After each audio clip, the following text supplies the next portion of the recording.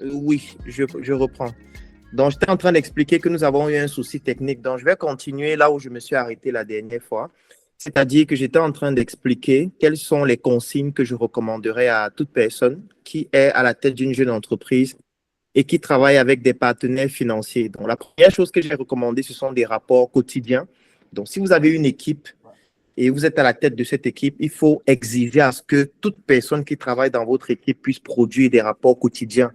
C'est très, très important parce que ça permet de pouvoir retracer les activités et surtout le bilan fait par chacun. Bien sûr, quand je parle de rapport, ça signifie qu'antérieurement, vous avez déjà défini les objectifs à atteindre par chacun.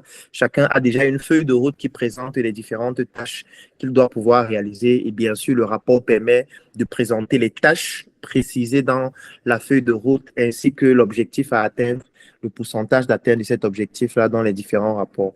Donc, les rapports permettent de pouvoir vous rassurer déjà du travail effectué par chacune des personnes dans votre équipe.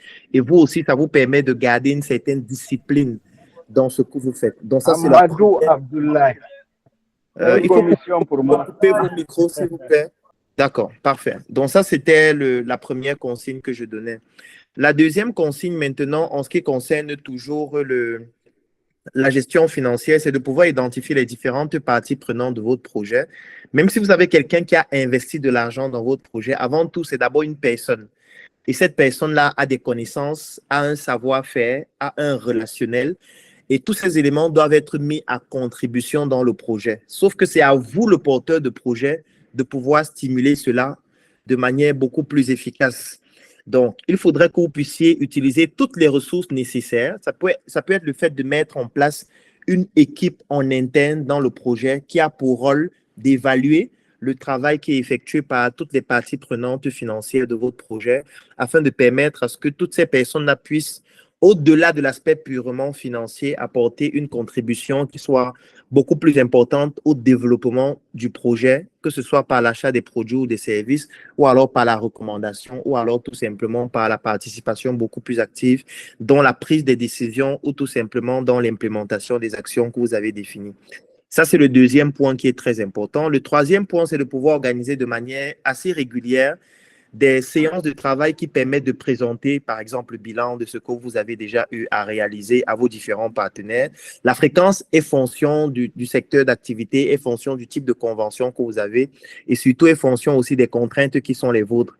Mais l'idéal, c'est que minimum une fois par mois, vous devriez avoir une séance de travail durant laquelle vous présentez le bilan, vous présentez les activités menées, vous présentez les difficultés et vous mettez chacune des parties prenantes face à ces différentes responsabilités. Et surtout, la troisième chose, c'est que voilà, vous êtes le porteur de projet. Donc, il faudrait que le porteur de projet soit celui-là qui est le plus engagé et ça doit se voir par ses actions, par sa capacité, sa volonté, sa détermination à faire en sorte que le projet se développe. On doit ressentir cela dans les résultats, on doit ressentir cela dans la communication, dans le marketing, on doit ressentir cela dans la finesse, dans le travail que vous proposez, on doit ressentir cela dans vos perspectives de développement du projet. Donc ça, ce sont des aspects vraiment indispensables. Peut-être dans vos questions tout à l'heure, je vais entrer plus en profondeur sur certains éléments. Mais si vous respectez déjà uniquement ces trois aspects, ça veut dire que, un, nous avons les rapports quotidiens. Quand on dit rapport quotidien, ça signifie qu'à la fin de la semaine, on a un rapport hebdomadaire. À la fin du mois, on a un rapport mensuel. Le rapport mensuel est présenté lors de la séance de travail mensuelle que nous organisons, durant laquelle on présente le bilan, les difficultés, les challenges, les perspectives. Et on permet à toutes les parties prenantes du projet de pouvoir s'imprégner de ce qui a été fait et de pouvoir participer au développement du projet. L'autre aspect très important qu'il faut prendre en compte, c'est qu'il faudrait une équipe en interne du projet qui va se charger de pouvoir contacter, informer et même former toutes les parties prenantes du projet, y compris les parties prenantes financières, pour leur expliquer ce que vous faites et surtout pour permettre à ce que ces parties prenantes-là puissent participer de manière dynamique au projet, au-delà de l'aspect purement financier. Donc, si vous avez compris ces différents aspects, j'ai la conviction que vous allez pouvoir gérer de manière optimale les finances de votre jeune entreprise. Maintenant, en fonction de vos moyens, vous pourriez bénéficier des services de professionnels comme des financiers, des comptables, forcément dans votre entreprise. Vous allez être accompagné peut-être de cabinets externes ou internes, ça va dépendre de la manière dont le projet est structuré, qui pourront vous accompagner sur les aspects fiscaux, sur les aspects purement juridiques et vous aider à prendre de belles décisions. Est-ce que c'est possible de désactiver vos micros, s'il vous plaît? Quand vous allez avoir l'opportunité de poser des questions, vous pourriez les réactiver pour que ça évite qu'on puisse parler tous ensemble en même temps. Donc ça, c'était pour la première question. La deuxième question, c'est vrai que je ne sais pas si c'est vraiment une question, parce que la personne a dit comment résoudre les entreprises qui sont en faillite. Bon, je ne sais pas trop ce que ça veut dire. Si l'entreprise est en faillite, est-ce que c'est une faillite qui est encore en interne? Ça veut dire qu'on a atteint un niveau où l'activité que nous sommes en train de mener, ça ne fonctionne pas. On a des pertes très importantes. On n'a plus la capacité de pouvoir mener le projet, de pouvoir le développer. Et en principe, on devrait déposer le bilan. Donc, je ne comprends pas très bien la question. Si la personne qui a posé cette question est connectée, peut-être dans la phase question-réponse, vous aurez l'opportunité de la préciser à nouveau. Ça va me permettre de pouvoir y répondre de manière beaucoup plus efficace. Parce que je n'ai pas envie d'entrer dans un développement peut-être qui ne correspond pas à la question de manière précise. La troisième question, c'était la vente en ligne de romans et de poésie nouvelle. Je suppose que la personne qui a posé la question voulait savoir comment est-ce qu'on pourrait vendre en ligne des styles d'écriture qui ont trait au roman ou alors à tout autre style dans ce sens-là. Déjà, la première chose qu'il faut savoir, c'est que nous sommes en Afrique. Donc, en Afrique, lorsqu'on parle d'écriture, il faut pouvoir captiver l'attention des gens. Ça veut dire qu'on a des personnes qui ne sont pas forcément familiarisées à lire ou à lire de manière importante. Donc, pour pouvoir les pousser à lire, il faut pouvoir les captiver. Ce n'est pas que les gens ne lisent pas, mais c'est que vous devez avoir l'art qui captive les gens, qui pousse les gens à vouloir lire ce que vous avez écrit. Et c'est encore beaucoup plus complexe lorsqu'il s'agit des styles comme des romans ou des poésies.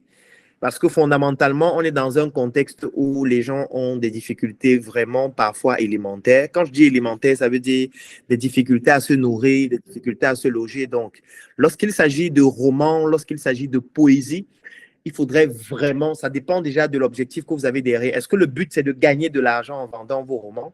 Est-ce que le but, c'est juste de montrer que vous êtes une très bonne romancière, que vous avez la capacité d'avoir un certain niveau et de gagner des prix ou alors de participer à des concours? Est-ce que le but, c'est de bâtir une entreprise basée sur cet aspect de l'écriture-là? Ça va dépendre de comment est-ce que vous tirez votre orientation ou alors comment est-ce que vous la définissez. Mais de toutes les manières, la première chose que je vous recommande de faire, c'est de trouver le moyen de captiver les gens par rapport à votre manière d'écrire. Et je peux vous rassurer que ce n'est pas facile parce que pour captiver les gens, il faut pouvoir toucher à leurs émotions. Et pour toucher à leurs émotions, parfois, il va falloir utiliser un certain style de langage qui leur est familier. Il va falloir trouver des tournures de style qui poussent les gens à s'intéresser au moins à ce que vous faites avant de découvrir en profondeur que voilà, vous avez d'autres éléments que vous pouvez leur apporter, même si peut-être l'appât était présenté de manière totalement différente. Donc, je recommande aussi à la personne qui a posé la question, si elle est connectée, elle pourra nous donner plus de précision. Comme ça me permettrait d'entrer plus en profondeur. Mais tout ce que je peux dire par rapport à cette question sur la vente en ligne des romans, ça se vend très bien, les romans en ligne, oui, les poésies aussi, mais dans notre contexte, si la question était orientée par rapport à notre contexte, bien sûr, il faudrait pouvoir captiver les gens. Et on achète une œuvre par rapport à son auteur aussi. Donc, les gens n'achètent pas les œuvres juste parce que le titre est intéressant ou juste parce que la thématique est intéressante. Les gens achètent une histoire, les gens achètent un parcours, les gens achètent une expérience. Donc, si vous voulez vendre vos œuvres qui traitent de ces différentes thématiques-là, la première chose qu'il faudrait faire, c'est de pouvoir montrer que vous avez qualité. C'est de pouvoir montrer que les gens peuvent s'inspirer de vous. Il sera beaucoup plus facile pour eux de pouvoir acquérir vos différents ouvrages, que ce soit des romans ou tout autre style littéraire. Alors, l'autre question, c'était les ressources humaines en Afrique francophone. C'est vrai que là aussi, ce n'est pas une question dont du coup, je suis un peu embarrassé, mais je vais donner un peu quelques éléments. Je suppose que c'est peut-être un entrepreneur qui aimerait savoir comment est-ce qu'on fait pour peut-être recruter des ressources humaines ou alors peut-être les manager en Afrique francophone. Déjà, la première chose qu'il faut savoir, c'est que ça dépend du secteur d'activité. Parce qu'en fonction du secteur d'activité dans lequel vous êtes, vous auriez une facilité à trouver des ressources humaines ou pas. Ou alors, vous allez être parfois dans des secteurs d'activité où c'est vous-même qui devriez former votre ressource humaine parce que la ressource humaine que vous recherchez ne découle pas directement de notre système éducatif. Parce que je vais prendre un exemple. Supposons que vous ouvrez une entreprise qui fait dans la comptabilité. peut-être un cabinet de comptabilité. L'avantage que vous avez, c'est que dans notre environnement en Afrique francophone, vous avez déjà des écoles qui forment en comptabilité. Donc, vous pouvez facilement recruter des personnes qui sont compétentes en comptabilité et qui pourront travailler avec vous. C'est clair que quand vous allez les recruter, il faudra leur partager la culture de l'entreprise. Ça, ce sera votre travail en interne d'adaptation pour que la personne, avec ses compétences, puisse offrir une qualité de travail qui correspond à la vision de votre entreprise. Mais au moins, recruter des personnes compétentes en comptabilité, ce ne sera pas très compliqué parce que vous êtes dans un environnement où il y a des écoles qui forment des personnes en comptabilité et qui vous permettent d'avoir, au moins si vous savez recruter des personnes qui sont compétentes. Par contre, si vous décidez de lancer une usine dans laquelle vous allez, par exemple, fabriquer, je ne sais pas, du yaourt, c'est un exemple, là, ça va commencer à devenir plus difficile pour une raison qui est simple, c'est que recruter des ressources humaines sera plus complexe parce qu'il n'y a pas une école qui forme les gens à fabriquer les yaourts. Et là, ça devient donc plus compliqué. Pourquoi? Parce que les personnes qui doivent intégrer votre entreprise et qui doivent avoir le savoir-faire qui vous permet de développer votre entreprise, vous ne pouvez pas les retrouver en abondance sur le marché parce qu'il n'y a pas une usine qui les produit, il n'y a pas une école qui les forme. Et du coup, vous devriez donc pouvoir soit vous-même maîtriser le processus et former les personnes qui vont intégrer l'entreprise et qui n'auront pas ces formations de base, ou alors qui auront juste des formations génériques, peut-être en chimie, peut-être en cuisine, ou alors qui sont juste des passionnés qui ont eu à s'intéresser à ces secteurs d'activité. Ou alors, si vous avez plus de moyens, vous allez recruter des personnes qui sont qualifiées, mais qui en général sont à l'étranger, ou tout simplement, vous-même, vous allez faire ce travail de recrutement et de formation de ces différentes ressources-là.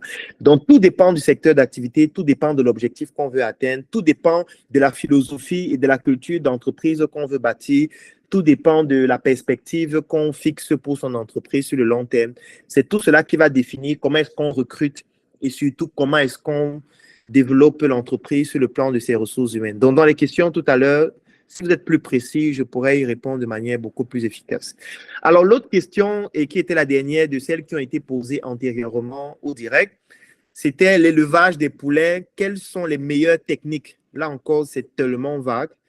Parce que quand on dit quelles sont les meilleures techniques par rapport à quoi? Les meilleures techniques de production, de vente, de marketing, les meilleures techniques quoi, de distribution.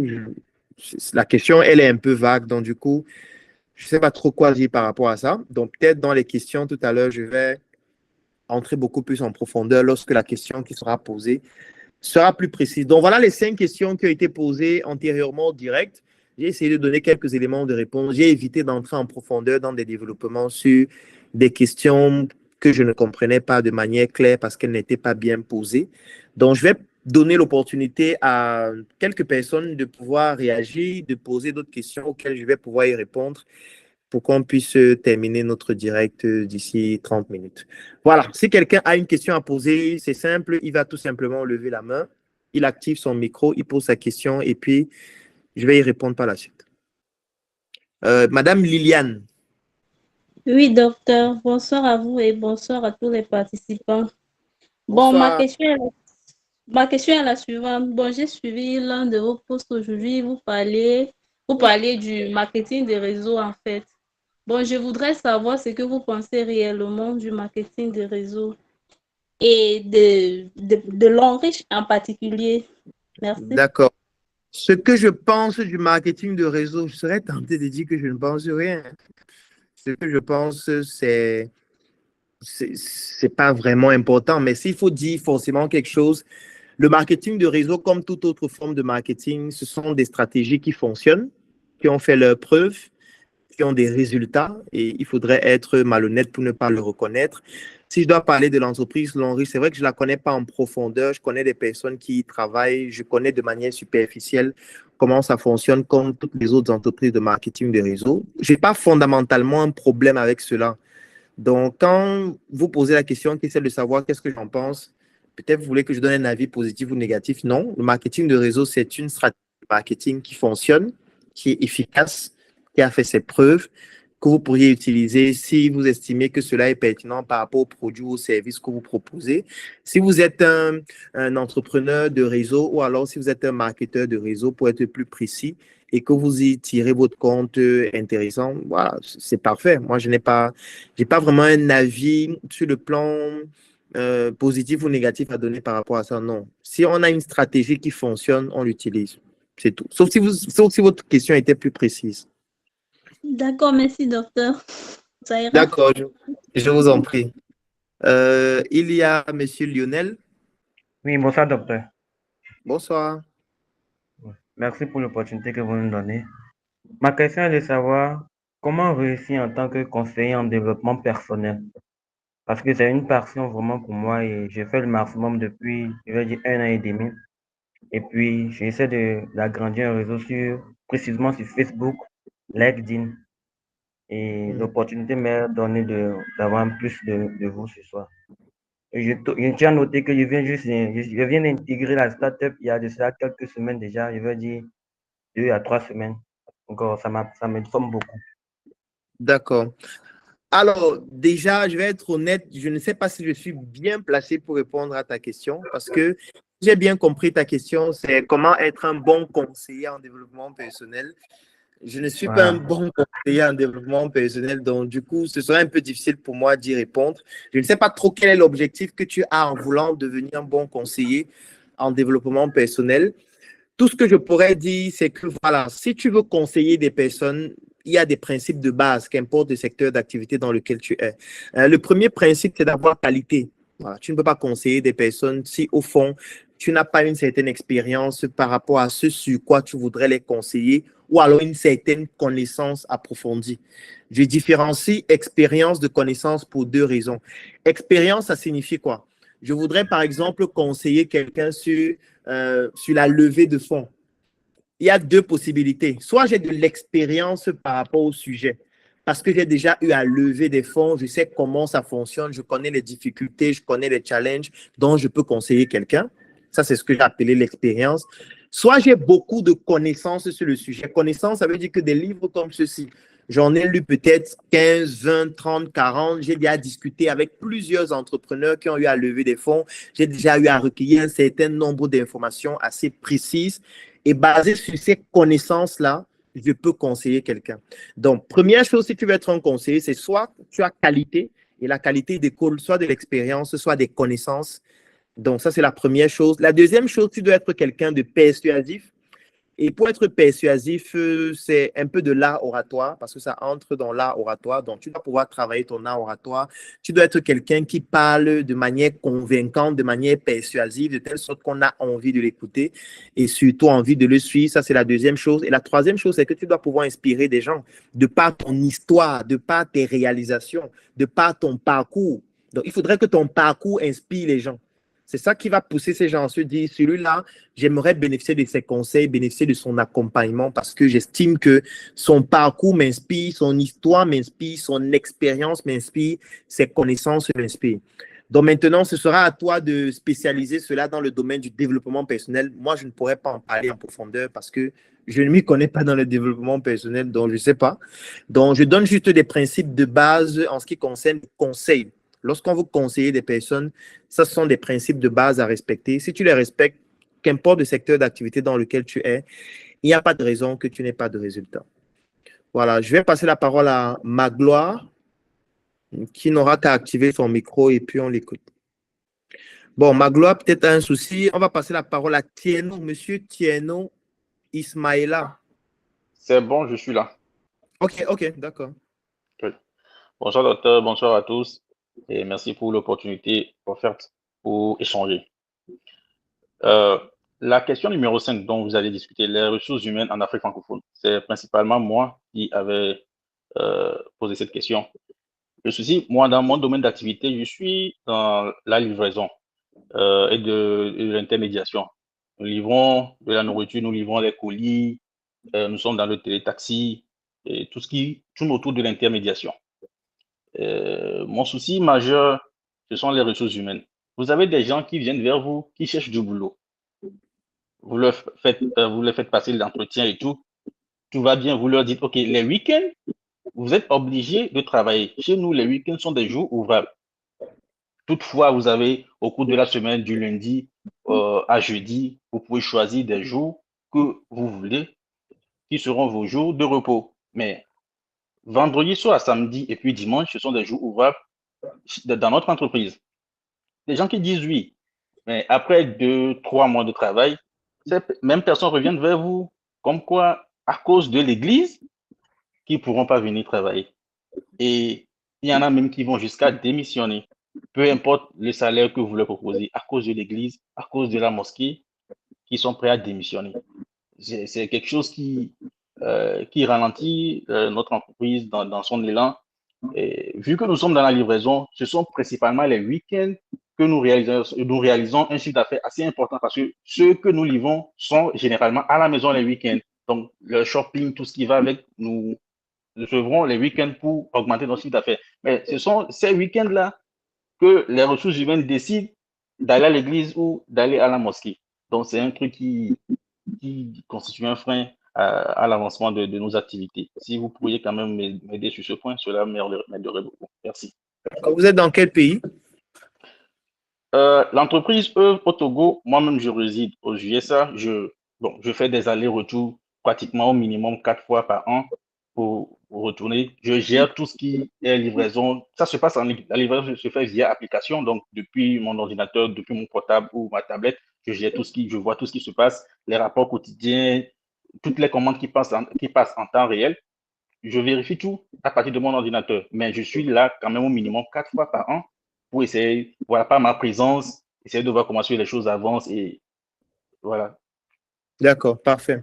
Alors, moi, la première chose que je vais vous recommander de faire, c'est ce qu'on appelle un état des lieux. L'état des lieux, ça signifie quoi? Ça veut dire qu'en ce qui concerne vos ressources humaines, vous allez évaluer l'activité que nous sommes en train de faire actuellement a commencé quand? Aujourd'hui, ça fait déjà combien de temps que nous pratiquons cette activité? Depuis que nous avons lancé cette activité, nous avons déjà en tout recruté combien de personnes? C'est-à-dire depuis le début jusqu'à ce jour. Quel est le profil de ces personnes-là? Et quand je parle de profil, c'est vraiment de prendre toutes les caractéristiques possibles. Ça veut dire que si on a recruté, disons, 100 personnes depuis l'ouverture du projet ou depuis le lancement du projet à ce jour, sur les 100 personnes, il y avait combien d'hommes? Il y avait combien de femmes? Les 100 personnes, quelles étaient les principales tranches d'âge? Les 100 personnes-là étaient principalement dans quelle ville du pays? Quelle était leur profession? Et si possible, même parfois, quelle était leur religion au départ?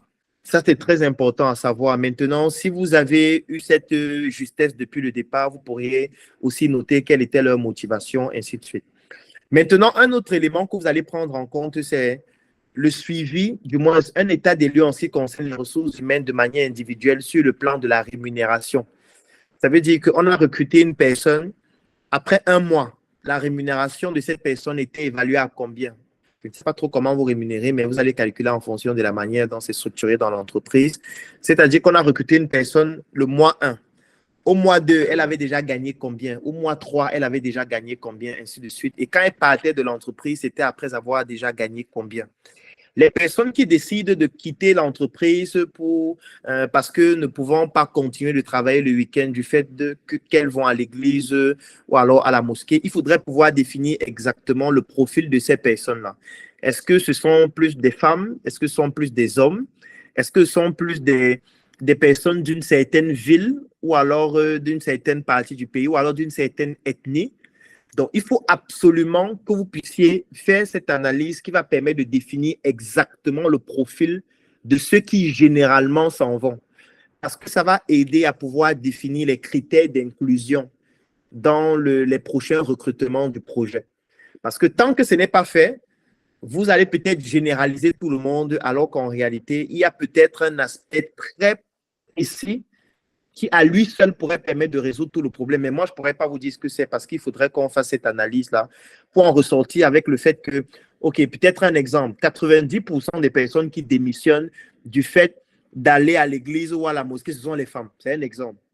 Ça permettrait que dans votre entreprise, vous allez définir que, OK, peut-être si on recrute 10 personnes, on va recruter 9 hommes et une femme. C'est juste un exemple basique. Hein.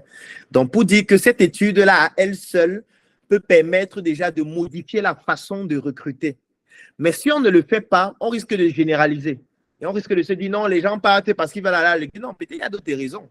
Peut-être l'église, ce n'est qu'un motif pour ne pas parler d'un autre problème qui est beaucoup plus grave, qui est beaucoup plus profond.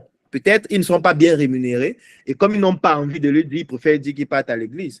Parce que je ne pense pas vraiment de manière objective que quelqu'un qui est au chômage, qui lit l'heure, comme on dit au Cameroun, qui réussit à trouver un emploi dans lequel il gagne sa vie décemment, il décide de démissionner parce qu'il va à l'église.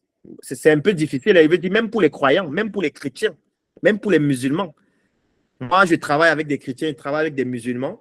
Quand tu as quelqu'un vraiment qui a une activité qui lui rapporte de l'argent, il ne va pas te dire qu'il va laisser cet argent alors qu'il n'avait rien avant pour partir à l'église. C'est très difficile. Donc, soit c'est vraiment quelqu'un qui avait une foi immense, et là, il faut donc identifier les critères des gens qui ont la foi immense et ne pas les recruter. Et là, ça devient simple. Dès qu'on définit les critères des gens qui ont la foi immense, par exemple, le dernier livre que tu as lu, c'était lequel? La Bible. Bon, ok. C'est mieux d'aller continuer à travailler à l'église. Bref, je dis ça juste pour rigoler. Pour dire que ça va permettre aisément de savoir quel est le type de personne qu'on recrute au sein de l'entreprise et quelles sont les personnes avec qui on pourra collaborer par la suite. Après avoir fait ça, si vous vous rendez vraiment compte que le problème, c'est la religion, ça veut dire que c'est vraiment lorsque quelqu'un est religieux qui n'arrive pas à travailler dans l'entreprise parce que c'est la religion au fond qui est le problème. Dans ce cas, vous pourriez modifier les critères d'inclusion aussi. C'est vrai que c'est un peu discriminant, mais si c'est la seule solution, vous êtes au Togo, hein. Au Togo, il y a des gens qui ne sont pas chrétiens, qui ne sont pas religieux. Donc, il faudrait juste mettre en place une stratégie qui permet de sélectionner, d'identifier ce type de personnes-là et de pouvoir les recruter. Moi, j'en connais plusieurs qui sont au Togo, qui sont membres de Startup Academy, qui ne sont ni chrétiens, ni musulmans, ni tout ça. Donc, c'est pour dire que c'est à vous de faire ce travail-là qui va vous permettre de pouvoir définir exactement quel est le problème et de pouvoir y apporter une solution. Mais je ne pense pas fondamentalement que le problème soit que, voilà, c'est un chrétien, c'est un musulman, non. Moi, je travaille avec beaucoup de chrétiens qui sont très compétents et qui, parfois, même lorsqu'ils ont un travail à faire qui coïncide peut-être avec un jour, ils doivent aller à l'église, soit parfois, ils vont vous faire comprendre cela à l'avance, soit ils vont essayer de chercher une certaine flexibilité dans leur manière de travailler avec vous, soit ils vont aller à l'église d'autres jours. Bref, il y a toujours un moyen de pouvoir trouver une solution tant que nous avons un certain intérêt, tant qu'ils ont un certain intérêt dans le projet. Mais dire juste ça de manière globale comme ça peut éviter d'aller en profondeur pour réellement identifier le problème de fond. Voilà, donc Madame Tikeng qui a levé la main. Madame Tikeng, si elle est connectée, elle active son micro, on l'écoute. Bonsoir à tous, j'espère que vous m'écoutez. Oui, bonsoir, on vous écoute. Bon, moi j'ai beaucoup de questions, notamment concernant les ressources humaines, la publicité et la concurrence. Je ne sais pas si j'aurai l'occasion de poser toutes mes questions, mais je vais commencer par la publicité. J'ai remarqué que beaucoup de personnes, beaucoup de clients sont influencés par moi. Pourtant, je ne veux pas me mettre devant mon activité parce que On ne vous suit plus, Madame Tikeng. d'influence, mais qui ne convient pas à tout le monde. Il y a des personnes comme moi qui ne sont pas à l'aise avec ça. Pour le moment, j'essaie de gérer, mais j'aimerais vraiment une alternative qui va permettre de faire en sorte que les gens ne m'écrivent même plus. Madame Tikeng, on a des soucis pour vous suivre. Je ne sais pas si c'est un problème de connexion. On vous écoute, après ça se coupe. Je me dis, je suis en train de venir à la boutique ou que je suis à la boutique. Surtout maintenant que j'étais en boutique, ça devient agaçant que Oui, c'est là, bon on vous maintenant. écoute. Donc, Oui. j'étais en train de dire que c'est vrai que le marketing d'influence est un modèle que beaucoup d'entrepreneurs utilisent actuellement, mais je ne suis pas à l'aise dedans et j'aimerais vraiment dissocier ma personne de mon activité pour que les gens viennent dans mes structures parce qu'ils sont intéressés par mes produits, qu'ils veulent me voir ou parce qu'ils veulent faire un rapport plus tard en disant j'étais chez toi, etc. Donc, je ne sais pas comment est-ce que comment est-ce que je peux gérer ça selon vous? D'accord. La deuxième question. La deuxième question concerne le vol. J'ai des employés qui volent beaucoup, je ne sais même plus quoi dire. Et chaque fois que je vais les chasser, ce sont des femmes. Je travaille uniquement avec les femmes parce que je veux encourager l'entrepreneuriat et l'emploi féminin. C'est très difficile, surtout lorsqu'elles volent et que vous voulez les mettre à la porte et qu'elles vont vous parler de leurs enfants, de leur ceci, de leur cela, leur difficulté à trouver du travail. Vous leur pardonnez et elles recommencent, elles recommencent. Le pire, c'est que celles qui volent le plus sont celles que les clients aiment le plus. C'est-à-dire elles travaillent très bien, elles ont un service client excellent, elles vendent bien. et elles font tout ce que je leur dis au moment où je leur dis, mais leur problème, c'est le vol. Elles me mettent en confiance les clients, elles sont parfaites aux yeux de tout le monde, mais elles volent. Même avant que je ne fasse la comptabilité, les inventaires et que je ne me rende compte, les clients, parfois, le dernier vol, c'était dimanche dernier. Il y a une cliente, comme je disais, il y a des femmes qui viennent parce qu'elles viennent me voir. Elle est allée à la boutique, je n'étais pas là, elle a fait un achat de 80 000. Et puis, elle m'a fait le compte rendu après sur mes réseaux personnels. Et moi, j'ai regardé dans la comptabilité, je n'ai vu aucun achat de 80 000. Je l'ai appelée, elle m'a expliqué ce qu'elle avait acheté et je me rends compte que la vendeuse a noté 56 000. Donc, elle a noté l'achat partiellement. Donc, avant même qu'on ne fasse les inventaires, je me rends même déjà compte qu'il y a vol. Et là, je suis dépassée, je ne sais plus quoi faire. Je ne sais plus quoi faire de cette personne-là parce que ce n'est pas la première fois, ce n'est pas la deuxième, ce n'est même pas la troisième fois. C'est tellement récurrent. Ça, c'était la deuxième question. Oui, la troisième? La troisième question, c'était par rapport au marketing d'influence. Pas par rapport à nous, mais par rapport à si c'est mieux, par exemple, d'utiliser le marketing digital ou alors d'utiliser le marketing d'influence. Moi, j'ai commencé le commerce tout doucement. Je vendais sur les réseaux, mais très vite, je suis tombée dans le marketing d'influence, c'est-à-dire prendre les influenceuses pour représenter mes produits et tout. Mais je rencontre aussi quelques difficultés, ou alors peut-être que ce ne sont pas des difficultés, ou peut-être je n'aime juste pas comment elles font. Parfois, elles vont travailler, parfois, elles ne vont pas travailler. Elles ne vont pas poster ce qu'il fallait poster au moment où il faut poster. Il faut leur écrire. Moi, je ne suis pas une personne qui va dire à une aînée ou une star à tout le temps, tu devais faire ci, tu devais faire ça, tu n'as pas fait ci, tu n'as pas fait ça.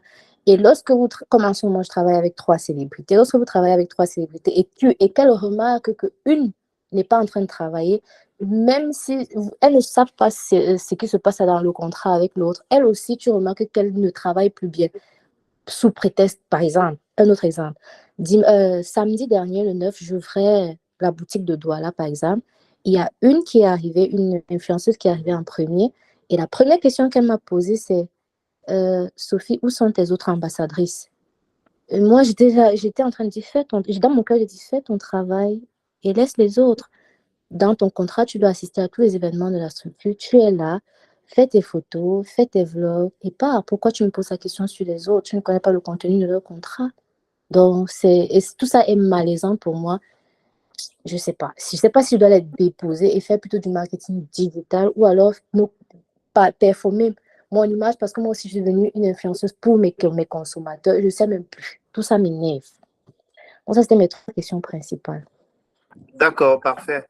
Merci beaucoup, Madame Tiken. Alors, je vais commencer par la troisième question. Et Oui. pour toutes les personnes, des questions similaires, première chose que je vais vous recommander de faire, c'est d'aller dans notre groupe Facebook. Dans notre groupe Facebook, il y a un direct que j'ai réalisé la semaine dernière. Je vais vous partager le lien ici même pour que ce soit peut-être plus simple. Vous allez me donner quelques secondes de temps que je retrouve ça rapidement. J'ai fait un direct la semaine dernière sur le marketing. C'était dans notre groupe Facebook. Donc, c'est une vidéo qui fait pratiquement 1 heure avec les questions-réponses des différentes personnes qui étaient connectées. Et ça répond de manière vraiment, j'ai envie de dire, complète à la question que vous venez de poser. Bref, de toutes les manières, je vais vous faire parvenir le lien même après. Donc, ça répond de manière vraiment complète à la question que vous venez de poser. Donc, la première chose que je vais vous recommander de faire, c'est de la regarder. Et ensuite, vous pourriez me contacter même en inbox, ça peut être WhatsApp ou autre, pour qu'on puisse en discuter en profondeur par rapport à votre cas précis. Maintenant, je vais entrer sur les spécificités de votre question pour pouvoir y donner quelques éléments de réponse en commençant par la première. Donc, vous avez posé la question qui est de savoir comment dissocier votre image de vos activités. Parce que vous estimez que ça devient déjà saoulant. Il y a des personnes qui viennent uniquement par rapport à vous, alors que vous voudriez qu'ils viennent par rapport aux produits, aux services que vous proposez, par rapport à l'entreprise et tout ça. Moi, je dirais que si ça va dépendre de l'objectif que vous souhaitez atteindre, tout va dépendre de l'objectif que vous souhaitez atteindre. La première question que vous devez vous poser, c'est pourquoi vous voulez dissocier votre image du projet? Ça, c'est la première question. Est-ce que c'est parce que ça vous agace? Parce que ça peut être, vous avez parlé de ça tout à l'heure, ça peut être que vous recevez trop de messages et ça vous agace. Donc, du coup, Vous voudriez faire le même chiffre d'affaires, mais sans être agacé. Ça peut être ça. La deuxième chose, ça peut être que vous dites, peut-être je ne voudrais pas être quelqu'un de public, je voudrais arrêter de m'afficher, je voudrais que le business se développe sans qu'on n'ait plus nécessairement besoin de voir que c'est de moi qu'il s'agit. Parce qu'il faut savoir Tout à fait. exactement pourquoi est-ce que vous ne voudrez plus associer votre image au projet. Parce que associer son image à un projet, bien évidemment, a des avantages et a des inconvénients. Donc, vous avez présenté quelques inconvénients, mais il y a aussi des avantages que vous avez certainement déjà eu à expérimenter, du fait que peut-être il y a des gens qui vont venir parce qu'ils veulent vous rencontrer, ils achètent parce que c'est vous, ainsi de suite. Donc, moi, je vous recommande d'identifier déjà exactement pourquoi est-ce que vous ne voudriez plus que ce soit associé à votre image. Et c'est en fonction de ça que je pourrais vous guider beaucoup plus facilement sur comment est-ce que vous allez dissocier votre image de l'entreprise en question. Parce qu'on va juste trouver des stratégies palliatives qui permettent d'atteindre le même objectif, mais sans votre image. C'est possible, mais pour ça, il faut qu'on sache exactement pourquoi est-ce que vous dissociez ou vous souhaitez dissocier votre image. Donc, moi, je vous recommande de faire cet exercice-là. Vous prenez un tout petit document ou vous prenez peut-être le bloc-notes de votre téléphone. Vous essayez de réfléchir en profondeur et vous mettez toutes les raisons pour lesquelles vous ne souhaiteriez plus associer votre image à vos différentes entreprises. Et en fonction de ça, je vais vous proposer une stratégie que vous pourriez mettre en place qui vous permettra de le faire. Ça, c'est la première chose. La deuxième chose, c'était en ce qui concerne le vol.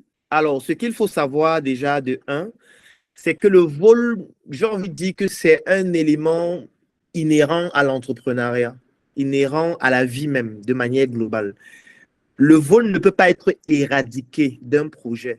C'est impossible totalement. Par contre, ce qu'il faut faire, c'est d'évaluer le seuil de vol des personnes avec qui vous travaillez. Je m'explique. Vous avez pris un exemple qui est très pertinent tout à l'heure. Ça veut dire que vous avez par exemple une cliente qui vous contacte et qui vous dit « J'étais dans telle boutique, j'ai acheté tel produit à tel prix. » Et quand vous recevez peut-être le rapport du soir ce jour-là, vous vous rendez compte que le prix qui est mentionné n'est pas le même ou alors peut-être la vente n'a pas été même enregistrée, ainsi de suite. Ce que vous devez faire est très simple. C'est que vous devez mettre en place un mécanisme qui vous permet d'évaluer le taux de vol qu'il y a peut-être dans votre boutique. Est-ce que cela représente par rapport au chiffre d'affaires? Quand je dis taux, c'est pourquoi on évalue ça en pourcentage. Je prends un exemple. Et il ne faudrait pas agir de manière spontanée à chaque fois. Ça veut dire que ce n'est pas que quand vous avez découvert lundi qu'on a volé, que vous contactez directement pour dire que j'ai appris qu'il y a eu telle chose, ça s'est passé comment, la cliente dit non. Il faut pouvoir laisser les gens parfois aller jusqu'au bout de leur processus parce que c'est ça qui va te permettre de comprendre exactement comment ils procèdent. Donc, tu vas évaluer et mettre en place une stratégie qui permet d'évaluer. Ça peut se faire de plusieurs manières différentes, avec des techniques de gestion qui sont simples, avec des faux clients ou beaucoup d'autres stratégies qu'on peut mettre en place. Donc, tu vas évaluer ça pour savoir si on fait un chiffre d'affaires de 1 million par mois. Sur les 1 million, il y a combien de pourcentage qui est volé? Ça, c'est très, très important à mesurer. Parce qu'en mesurant ça, ça va te permettre de prendre des décisions qui soient beaucoup plus objectives. Je prends un exemple, par exemple, d'un ami que je connais, il est à Yaoundé, il a des boutiques où il vend des mèches. Et avec lui, on a fait ce travail-là. Et après ce travail, qu'est-ce qu'on a décidé de faire? On a décidé tout simplement d'augmenter les produits du pourcentage de vol qui a été réalisé dans la boutique. Ça veut dire qu'il s'était rendu compte, je prends un exemple pour que je puisse illustrer cela. Il s'était rendu compte, par exemple, qu'on fait un chiffre d'affaires de 1 million. Mais sur les 1 million, il y a 100 000 francs qui est volé chaque mois. C'est la première chose. Ça veut dire que 10% du chiffre d'affaires est volé pratiquement chaque mois. Mais sauf qu'il faut d'abord que tu évalues ça. Dès que tu as fini d'évaluer ça, il y a beaucoup de techniques que tu peux mettre en place pour pouvoir pallier à ça. Parce que si tu te mets dans l'optique que dès que quelqu'un vole, je vais le virer, dès que quelqu'un vole, je vais le virer, je peux te garantir que tu ne vas travailler avec personne. Tu ne vas travailler avec personne pour une raison qui est simple.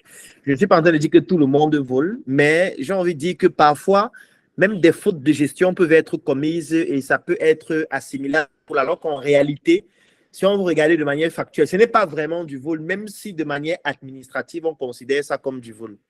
Je prends un exemple pour que ça puisse permettre de bien illustrer ce que je dis. On peut te demander d'aller acheter ce livre et on te dit, la ligne budgétaire qui permet d'acheter ce livre, on a mis 10 000 francs. Tu prends dans les 10 000 francs, tu vas à la librairie pour acheter ce livre. Sauf qu'à la librairie, tu réussis à négocier. Donc, au lieu d'acheter ce livre à 10 000 francs, tu l'achètes plutôt à 7 500 francs. Ce qui fait que tu te dis, OK, comme j'ai acheté à 7 500 francs et que la ligne budgétaire avait prévu 10 000 francs, ça veut donc dire que j'ai 2 500 francs qui sont pour moi. En réalité, c'est du vol aussi. C'est une autre forme de vol. Parce que tu vas te dire que comme j'ai réussi à négocier, c'est moi qui ai négocié, donc l'argent en surplus, là, ça me revient. C'est une autre forme de vol. Ou alors, tu peux te dire, bon, OK, le livre, si ça coûte 10 000 francs, normalement, d'après la ligne budgétaire. Sauf que, quand je suis allé acheter, on m'a dit qu'en fait, ça coûte 11 500 francs. Mais comme je ne voulais pas rentrer avant de revenir et dire à mon patron et tout, j'ai préféré compléter 1 500 pour acheter. En réalité, c'est une forme de vol aussi. Pourquoi? Parce que où est-ce que tu as pris l'argent pour compléter? Toi qui es un employé, tu touches, je ne sais pas, 50 000 par mois. Comment ça se fait que tu réussis à avoir l'argent jusqu'à compléter le budget de l'entreprise pour acheter? En fait, ce n'est pas cohérent. Donc, il y a beaucoup de choses comme ça que les gens ne prennent pas souvent en considération, alors que ce sont des aspects qui sont très importants et qui entrent toujours dans des formes de vol. Donc, il ne faudrait pas être totalement radical dans la manière de traiter les collaborateurs à chaque fois qu'on a identifié qu'il y a eu un certain impair qui s'est produit. Parfois, cet impair masque un autre problème qui est plus grave et qu'il serait important de pouvoir comprendre. Ça peut être que tu identifies que tel vole beaucoup. Et si tu te rends compte qu'elle vole beaucoup, tu vas essayer d'enquêter un peu sur sa vie pour comprendre pourquoi elle vole beaucoup. Ça veut dire qu'elle est compétente, elle est intelligente, elle vend beaucoup, oui. Elle habite où? Est-ce qu'elle a des enfants? Est-ce qu'elle vit en famille? Est-ce qu'elle n'a pas un membre de sa famille qui est actuellement très malade et donc c'est peut-être elle qui contribue peut-être à payer les factures à l'hôpital? Est-ce qu'elle n'a pas un problème personnel qui la pousse à voler? Est-ce qu'elle n'a même pas un problème psychiatrique? Parce qu'il faut savoir qu'il y a des maladies, comme par exemple la kleptomanie, qui pousse les gens à voler même des choses qui leur appartiennent. Donc, ça peut être une maladie psychiatrique. Donc, il ne faudrait pas être radical parce que dans votre analyse, je me rends compte que peut-être vous prenez les choses comme si vraiment elles sont méchantes, elles volent tout le temps, elles ne sont pas correctes, machin et tout, alors qu'elles travaillent bien, mais elles volent. Non. Il faut d'abord évaluer le taux de vol en menant une analyse très simple qui peut se faire sur 1, 2, 3 mois. Ça, c'est la première chose. La deuxième chose, il faut pouvoir savoir exactement pourquoi elles volent. Est-ce qu'elle vole parce que, je ne suis pas en train de dire qu'il faut justifier le vol, mais il faut savoir pourquoi on vole. Parce qu'on ne vole pas pour rien. Parfois, quelqu'un peut voler parce que la rémunération est petite. Parce que parfois aussi, quelqu'un peut voler parce qu'il a une urgence à gérer. Il se dit que, OK, je vais gérer mon urgence, il y a l'argent, je ne peux pas voir l'argent qui est là, il y a une urgence, quelqu'un qui va mourir et je ne gère pas. Il y a parfois on vole parce que c'est la maladie. Il y a parfois on vole parce que les mécanismes de contrôle ne sont pas suffisamment rigoureux. Donc, ça permet de pouvoir voler de manière plus simple. Donc, parfois, ils volent même parce que l'entreprise n'est pas bien structurée. Donc, il y a beaucoup de paramètres comme ça qu'il faut évaluer avant de pouvoir en sortir avec des solutions les plus efficaces. Je vais même aller plus loin. Parfois, on laisse les gens voler parce que ça permet à l'entreprise de rester stable. Ça peut paraître étrange, mais c'est vrai. Parce que quand on a déjà évolué le pourcentage, et on s'est rendu compte que ce pourcentage-là ne peut pas détruire l'entreprise. Ça permet toujours à l'entreprise d'être rentable et que ça ne devrait pas dépasser un certain seuil. Ça veut dire que vous avez évalué, vous vous êtes rendu compte que les gens volent, je ne sais pas, 7% du chiffre d'affaires. Et vous avez bien calculé et vous vous êtes rendu compte que s'ils volent au-delà de 10%, c'est là où ça va commencer à poser des problèmes graves. Vous vous battez juste pour qu'il reste entre 7 et 9%. Vous les laissez voler, mais ça doit rester dans le seuil de 7 à 9%. Si ça commence à atteindre les 10%, les 11%, les 15%, c'est là où vous devez frapper très fort. Donc, ne pensez pas que vous allez mettre en place quelque chose qui va permettre d'éradiquer totalement le vol. C'est que vous allez finir par travailler toute seule. Et pour quelqu'un qui voulait dissocier son image de l'entreprise, finalement, ce sera totalement même impossible de travailler. L'autre aspect concernant les influenceurs, comme je l'ai dit, moi, je vous recommande de regarder le direct que j'ai eu à faire. Je suis entré vraiment en profondeur sur comment on fait même pour choisir un influenceur, comment travailler avec eux, comment est-ce que les contrats doivent se ficeler, comment est-ce que vous devez même leur fixer les objectifs à atteindre. C'est vraiment très précis et approfondi dans le direct en question, donc je vous recommande de le regarder. Alors, je vais passer la parole à monsieur qui a levé la main depuis, monsieur Tieno Ismaïla. Il active son micro et on l'écoute. Bonsoir. Bonsoir, Claudel. J'espère que vous allez bien. Bonsoir à tout le monde. Oui, je vais très bien. On vous écoute.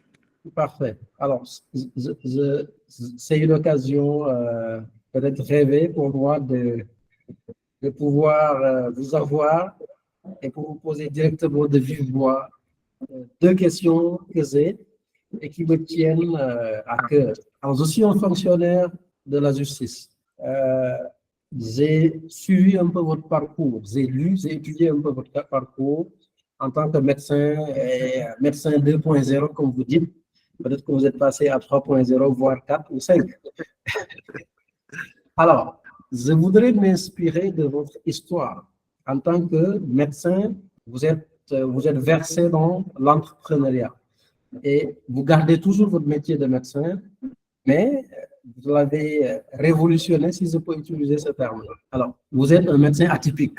Comment est-ce que je pourrais utiliser ce parcours-là ou votre histoire-là dans le monde de la justice dans lequel j'évolue? En tant que futur magistrat, est-ce que je pourrais devenir un magistrat 2.0? Comment étudier ce point-là, ce domaine-là, et pouvoir le mettre en place pour que je puisse devenir à la fois fonctionnaire et entrepreneur, mais pas entrepreneur comme vous. Parce que dans les statuts qui me résistent ou qui résistent la fonction que j'occupe, il ne m'est pas permis de faire une activité rémunératrice. À partir du moment où cette activité-là n'est pas liée à une activité scientifique ou technique. Donc, c'est pour cela que je pense à axer mon domaine sur le développement personnel, le coaching, le leadership, l'art oratoire. Voilà. Ça, c'est la première question. Comment pourrais-je utiliser votre histoire pour l'adapter au monde dans lequel je vis en tant que magistrat ou fonctionnaire de la justice? La deuxième question, en tant que fonctionnaire toujours, comment est-ce que je pourrais gérer mes finances personnelles alors que je vis de mon salaire? Comment est-ce que je pourrais organiser ce salaire-là pour que je puisse réaliser cet objectif-là? La première question, avoir une rubrique peut-être dans le salaire, comment organiser en tout cas les finances personnelles pour ce salaire-là. Vraiment, ce sont ces deux questions que je voudrais vous poser. Et merci d'avance pour les pertinentes réponses que j'aurai. Merci. D'accord, merci beaucoup, Monsieur Diallo. Alors, j'ai noté vos deux questions et je vais y répondre en vous donnant des avis qui pourraient peut-être vous permettre de pouvoir le faire de manière plus optimale. Donc, la première question, c'est comment est-ce que vous pourriez révolutionner votre secteur d'activité, votre profession dans le domaine de la justice en vous inspirant de mon parcours, notamment en voulant vous lancer peut-être dans le coaching ou alors toute autre discipline dans ce sens-là. Moi, je vais d'abord faire une analyse globale avant de pouvoir vous recommander ce que vous pourriez éventuellement faire en fonction de vos objectifs, bien entendu. La première analyse que je fais lorsque je regarde le secteur de la justice, c'est le fait que finalement, personne ne sait comment fonctionne la justice, surtout en Afrique. Je ne sais pas trop dans quel pays vous êtes, mais si je m'inspire par exemple du Cameroun, voilà, la justice c'est un peu comme le vaudou. Le vaudou même c'est encore mieux parce que le vaudou au moins il y a des livres sur le vaudou, il y a des grands maîtres, il y a des personnes qui peuvent vous expliquer exactement comment ça fonctionne et quand vous pratiquez cela vous avez des résultats.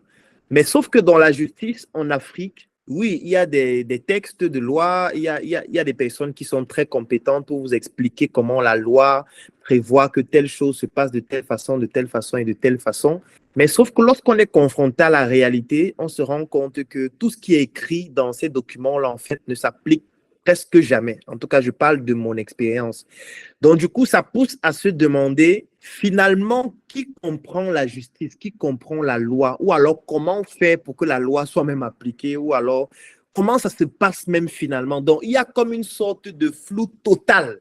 Et ce flou total crée directement une opportunité. Quand je dis que ça crée une opportunité, ça veut dire quoi? Ça veut dire que si moi déjà, j'estime que je lis quand même assez, j'estime que je me documente beaucoup, j'estime que je rencontre beaucoup de personnes qui ont des niveaux beaucoup plus élevés que moi dans plusieurs autres disciplines. Donc, j'estime que je suis quelqu'un qui recherche l'information. Et si même moi qui recherche l'information, je me retrouve dans un flou presque total concernant la justice, je n'ose pas imaginer ceux qui ne se donnent pas autant d'efforts comme moi pour pouvoir obtenir ce type d'informations-là et qui se retrouvent donc dans des situations tellement désastreuses parce que ne sachant même pas comment s'y prendre.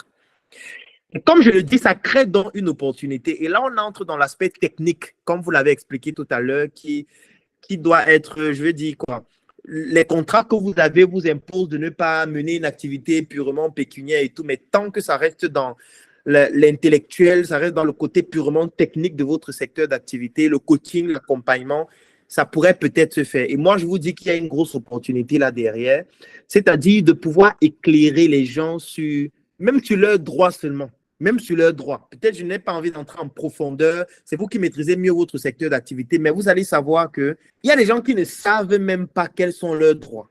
Il y a des gens qui ne savent pas comment ils doivent s'y prendre. Je suis certain, et je vous recommande même de faire un vox pop, je suis certain qu'il y a beaucoup de gens qui ne savent même pas à quoi c'est un magistrat. Et vous allez devenir magistrat bientôt. Posez un peu la question de façon banale comme ça aux gens, même sur Internet ou je ne sais pas où. Vous leur demandez, le magistrat, il sait à quoi? Beaucoup de gens ne savent même pas à quoi c'est le magistrat, à quoi c'est le juge, à quoi c'est l'inspecteur. Les gens ne comprennent absolument rien à tout ça. Donc, du coup, ça crée une opportunité qui permet à ce que si vous voulez vous lancer dans le coaching, je ne sais pas si vous voulez faire du coaching dans votre secteur d'activité professionnelle ou alors vous voulez juste faire du coaching peut-être en développement personnel et tout autre. Si c'est en développement personnel et tout autre, je pense que j'ai déjà répondu à cette question avec le premier qui a posé la question tout à l'heure. Mais si c'est sur le plan purement technique, si vos contrats vous le permettent, bien évidemment, si ça ne vous empêche pas de pouvoir tout au moins expliquer comment la loi fonctionne, comment est-ce que les textes sont régis, quel est le rôle de chacune des personnes. Parce que moi, par exemple, je connais des avocats qui produisent des contenus dans ce sens-là, sur le plan purement technique, mais en réalité, c'est du marketing aussi. C'est vrai qu'on ne leur permet pas de faire du marketing de manière purement dans le sens propre du terme, mais en réalité, lorsque tu viens partager tes connaissances concernant un sujet, ça permet aux gens de pouvoir gagner en confiance vis-à-vis de toi et ultérieurement, ils vont forcément te contacter. Donc, moi, voilà un peu le pan que je vois qui est vraiment, surtout en ce qui concerne l'Afrique francophone. Quand je regarde sur Internet, il n'y a presque rien. Quand je regarde en termes de contenus qui sont produits dans ce secteur d'activité, c'est presque vide totalement. Et je pense qu'il y a un gros boulevard à se faire à l'intérieur si c'est ce segment qui vous intéresse.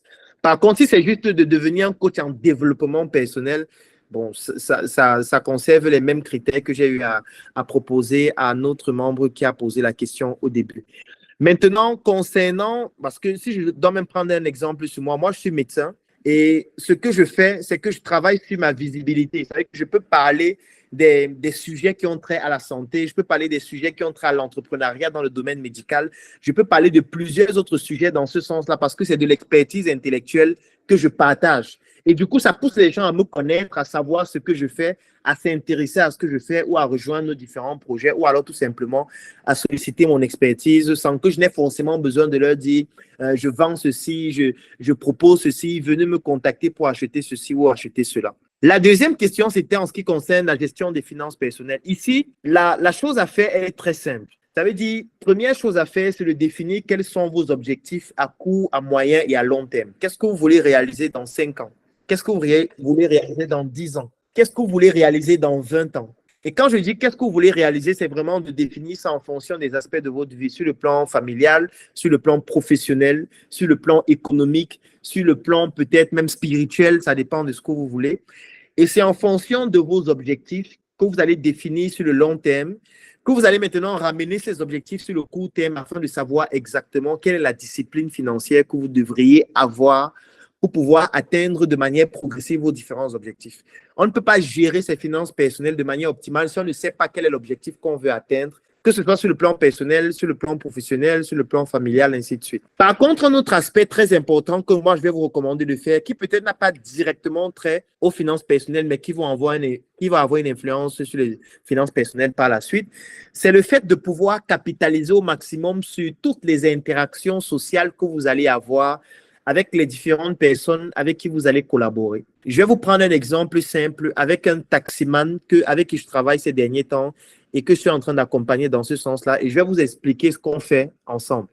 Ça veut dire que quand quelqu'un a par exemple son taxi ou alors sa voiture et il conduit des personnes au quotidien, en général, lui, tout ce que lui essaye d'avoir, c'est ce que la personne va payer.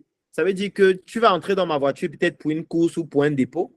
Moi, je vais te conduire. Dès que nous arrivons à destination, peut-être tu me donnes 3 000 francs, 5 000 francs, 10 000 francs en fonction de ce que nous avons négocié. Tu sors de ma voiture et tu t'en vas et moi, je continue de chercher une autre personne. Et ça, c'est une très mauvaise habitude parce que je me rendais compte que tu as, par exemple, un chauffeur qui, en une semaine, peut te conduire 50 personnes, 100 personnes, 200 personnes, mais il ne connaît même pas le profil des personnes qu'il a conduit. Parce que ce que tu ne sais pas, c'est que dans ta voiture, il y a peut-être des avocats, il y a peut-être des médecins, il y a peut-être d'autres procureurs, il y a peut-être d'autres personnes qui sont dans des secteurs d'activité stratégique qui pourront être utiles plus tard.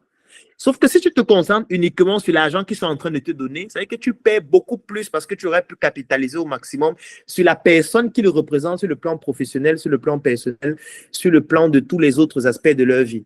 Donc moi, ce que je vous recommande de faire dans ce sens-là, c'est de vous dire, toute personne qui entre dans mon bureau, toute personne que je rencontre, tout dossier que je traite, la personne qui est en face de moi, c'est d'abord une personne qui a un relationnel, qui a des connaissances, qui a des compétences, qui a un ensemble de choses qui pourraient m'être utiles plus tard.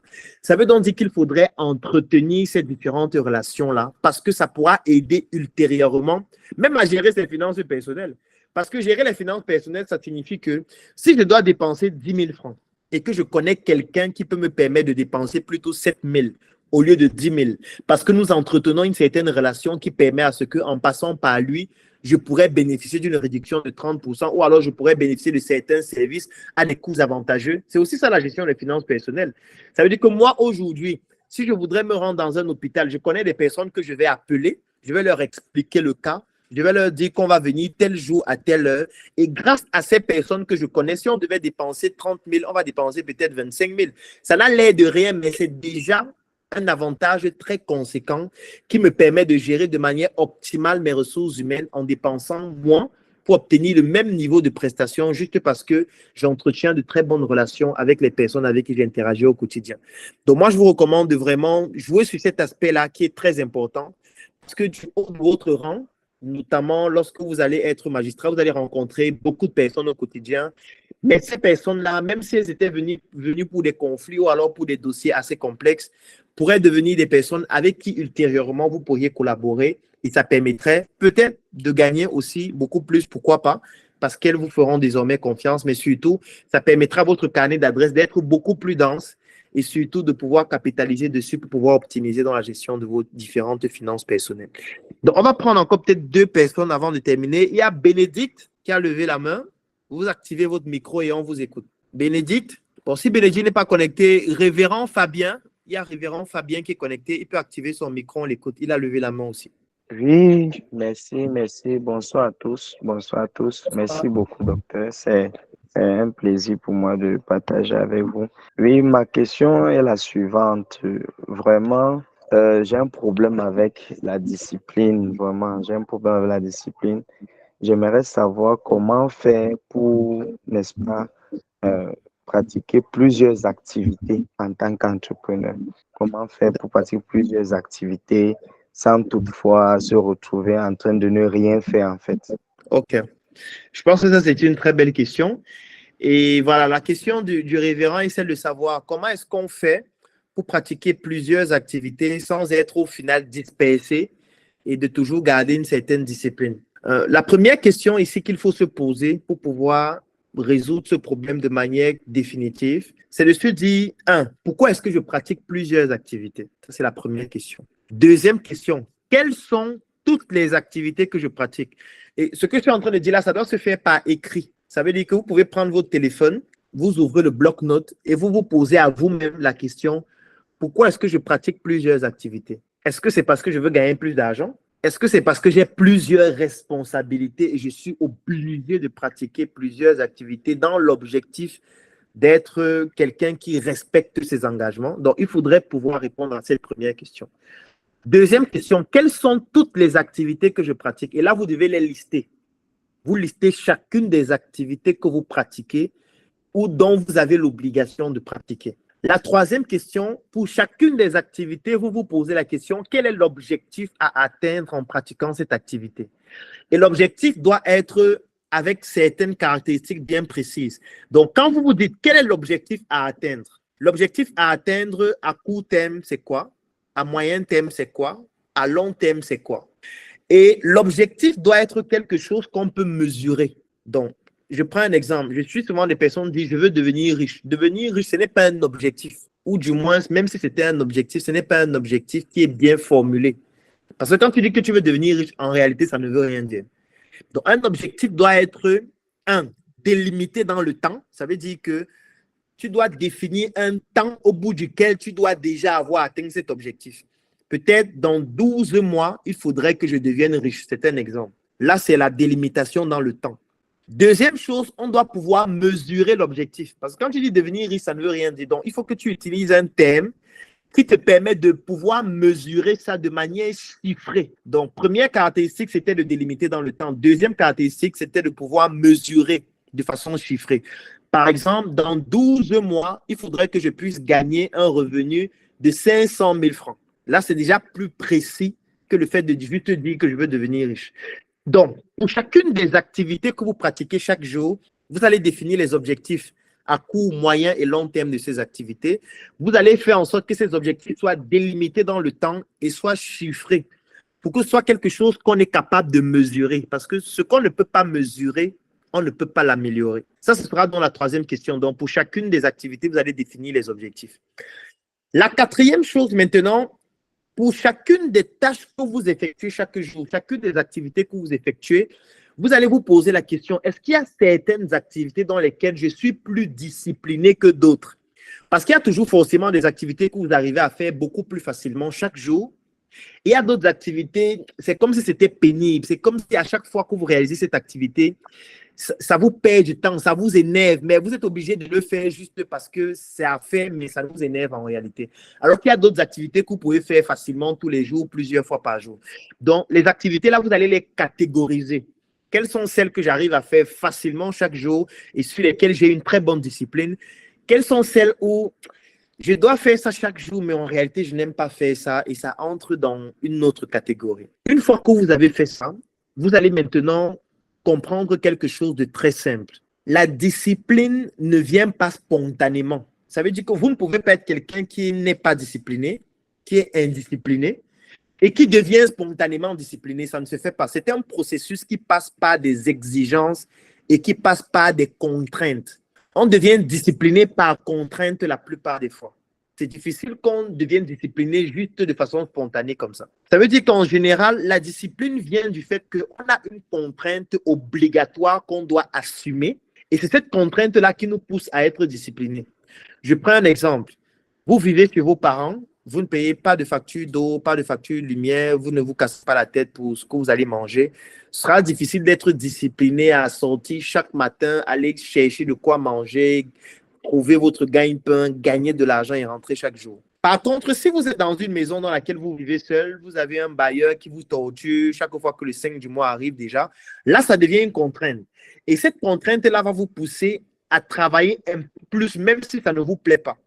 Donc, la discipline, en réalité, se met beaucoup plus en place lorsqu'on fait face à une contrainte. Et la contrainte peut être de deux natures. Soit vous allez vous créer une contrainte vous-même, en sachant que ultérieurement, ça va vous pousser à travailler plus. Soit vous avez déjà une contrainte qui vous impose à pouvoir travailler plus. Et qui dit travailler plus dit forcément être aussi discipliné d'une certaine façon. Donc, tant qu'il n'y a pas de contrainte, ce sera difficile qu'il y ait de la discipline. Et la contrainte, ça peut être humaine aussi. Ça peut être que vous avez quelqu'un qui vous dit ce que vous allez faire. C'est-à-dire que vous donnez l'autorité à quelqu'un de pouvoir vous dicter ce qu'il doit, de pouvoir vous dicter ce que vous devez faire et de pouvoir évaluer et même sanctionner si vous ne le faites pas comme ça se doit. Là aussi, c'est une autre forme de contrainte, mais c'est une contrainte qui est humaine. Donc, en termes de discipline, moi, voilà ce que je vous recommande de faire. Et l'avantage, c'est qu'après avoir réalisé cet exercice, vous allez vous rendre compte qu'il y a beaucoup de tâches qui ne servent à rien. Parce que quand vous évaluez les objectifs à atteindre avec ces tâches à court, à moyen et à long terme, en réalité, ce n'est pas fondamental pour vous. Donc, vous pouvez arrêter ces tâches. Vous allez vous rendre compte qu'il y a beaucoup de tâches que vous pouvez déléguer et que vous n'êtes pas obligé de faire vous-même. Parce qu'en évaluant l'effort que vous mettez à pouvoir réaliser ces tâches, c'est un effort qui est beaucoup trop important, qui coûte beaucoup trop cher, alors que vous pouvez confier ça à quelqu'un, que vous allez même payer pour réaliser cela, mais quand vous le payez, ça revient même moins cher que si vous auriez fait cette tâche vous-même. Donc, il y a beaucoup de tâches que vous allez trouver beaucoup plus optimales de déléguer. Il y a d'autres tâches plus sensibles que vous allez toujours continuer de réaliser vous-même, mais en sachant cette fois de manière exacte pourquoi vous le faites et en fixant des contraintes qui vont vous permettre de pouvoir être discipliné en le faisant de manière continue. Donc, on va certainement terminer avec M. Blaise Foka, qui a levé la main aussi. Il peut activer son micro et on l'écoute. M. Blaise. Bon, si M. Blaise n'est pas connecté, M. Soum de Douala. Si Soum de Douala est connecté, on l'écoute. Ok, Ok. d'accord. On l'écoute. Bonjour à tous. Bonjour. Oh, j'espère que vous allez bien. Très bien. Bon, ok. Voilà un peu ma situation, docteur. Je vous remercie de nous prendre en direct aujourd'hui. En fait, je suis un Ivoirien voilà, qui vit aux États-Unis. Comme depuis le bas âge, j'ai toujours aimé l'entrepreneuriat parce que je vendais avec mon nom quand j'étais à l'école. Donc, pour moi, voilà, c'était la famille. Il fallait tout se battre pour sortir la famille de la merde, tout ça. Donc, quand je suis arrivé, bon, je partais à l'école, voilà, comme tout étudiant, mais je travaillais la nuit et franchement dit, je ne faisais pas d'économie à proprement parler après mes factures, comme on le dit ici, après les billes. Donc, j'ai pu ouvrir 2 agences mobiles et transfert d'argent, tout ce qui est Orange Money, tout ça, 2 magasins de riz. J'ai même acheté des actions dans une société avec un aîné qui est dans l'entrepreneuriat aussi, qui me rapportait pratiquement 10 000 par jour. Ensuite, j'ai ouvert 2 restaurants, un taxi, puis les services globaux, là, comme vous connaissez la Côte d'Ivoire, vous savez de quoi je parle déjà. Et malheureusement, ils ont tout foutu en l'air. Donc, franchement dit, j'ai mis courage sur l'Afrique, ça, je ne vais pas vous mentir. Mais ma question maintenant est de savoir comment est-ce qu'on peut se relever et puis vraiment, dans quoi exactement on peut se lancer. Au niveau d'ici, j'essaie de voir déjà ce que je peux faire ici. Puisque au départ, je ne connaissais pratiquement pas grand-chose du système. Bon, l'anglais faisait défaut. Et puis, tous les années que j'ai trouvés aussi, voilà, j'étais dans leur aussi comme le dans Côte d'Ivoire. Donc, ils s'en fichaient royalement de tout ce qui est entrepreneuriat ici. Donc, du coup, c'était difficile de faire quoi que ce soit ici. Donc, c'est maintenant que j'ai commencé à me retrouver un peu dans le système ici. Donc, j'aimerais savoir si je dois m'engager en Afrique, qu'est-ce que je peux faire réellement? Parce que très sincèrement, je suis déçu, franchement dit. Merci. D'accord. Moi, ce que je vais vous recommander de faire, c'est de me contacter. Je vais laisser mon numéro WhatsApp dans la rubrique message. C'est en train de faire tout de suite. C'est le plus 237 677 61 90 11. C'est mon numéro WhatsApp. Donc, ce que vous allez faire, c'est que contactez-moi sur WhatsApp et on va en discuter en profondeur parce que là, on est déjà à la fin. Le direct, normalement, devait faire 1 heure, on est à 1h30. Donc, si je dois développer, ça va prendre beaucoup de temps. Donc, contactez-moi sur WhatsApp. Le numéro, c'est le plus 237 677 61 90 11. J'ai laissé le numéro dans la rubrique message. Dans la rubrique message, j'ai aussi laissé le lien du direct de la semaine dernière qui portait sur le marketing d'influence. Donc, pour ceux qui n'ont pas suivi cette vidéo, ou du moins qui n'ont pas participé à ce direct, j'ai laissé le lien. Donc, vous allez juste cliquer dessus et puis ça va vous permettre de pouvoir regarder. Donc, c'est dans la rubrique message là. Donc, contactez-moi inbox. On pourra en discuter en profondeur par rapport à votre question et je pourrais vous donner beaucoup plus d'éléments de manière personnalisée concernant cela. Idem aussi pour tous les autres qui avaient peut-être des questions et dont je n'ai pas pu y répondre pendant le direct parce que nous sommes déjà arrivés au thème. Vous me contactez en inbox, on pourra en discuter et puis je vais vous apporter des réponses par rapport à votre problème. Donc, merci beaucoup d'avoir participé à ce deuxième direct. Comme je le disais la dernière fois, désormais, tous les mercredis à 20h, nous allons avoir un direct comme celui-ci pour permettre soit de développer un thème, soit de répondre à vos questions comme c'était le cas aujourd'hui, afin que chacun puisse savoir que voilà, il n'est pas seul et qu'on est tous là ensemble pour permettre à ce que vous puissiez avoir au moins des éléments de réponse par rapport aux problèmes que vous rencontrez au quotidien. Donc, nous avons notre groupe sur Facebook. N'hésitez pas à consulter le groupe. On publie en général des contenus là-bas qui pourraient être intéressants pour vous. N'hésitez pas à réagir sur les contenus ou alors à nous proposer des thématiques de contenus sur lesquels nous pourrions produire des vidéos pour vous. Ça aussi, on peut le faire parce qu'en réalité, le groupe et les vidéos, c'est pour vous qu'on le fait. Donc, on n'aimerait pas produire des contenus peut-être qui ne vous intéressent pas. S'il y a des thèmes sur lesquels vous voudriez que nous, on produise des contenus afin de pouvoir vous édifier dessus, vous nous proposez ces thèmes et on va le faire. Ou alors, pendant les directs du mercredi, tous les mercredis à 20h, on va avoir un direct comme celui-ci. Celui-ci, c'est le deuxième. Le premier, c'était mercredi dernier sur le marketing d'influence. Aujourd'hui, c'était sur les questions-réponses. N'hésitez pas, vous nous proposez des thèmes, vous nous parlez des problèmes que vous avez et nous pourrions les traiter soit à travers des vidéos, soit à travers des directs comme ceci pour qu'on puisse interagir. Ou alors, vous pourriez aussi me contacter en inbox au numéro WhatsApp que j'ai donné. Donc, je vous souhaite de passer une très bonne soirée ou une très bonne journée en fonction du pays à partir duquel vous nous suivez. On se donne rendez-vous mercredi prochain, même lieu, même heure pour un autre direct. Et durant toute la semaine, on se donne rendez-vous dans le groupe ou sur WhatsApp. Portez-vous bien. Je portais les lunettes aujourd'hui parce qu'en fait, j'ai un peu mal aux yeux. Donc, je ne voulais pas avoir dans le direct les yeux rouges. Donc, voilà, ça fait partie des réalités. Okay. Portez-vous bien et à très bientôt.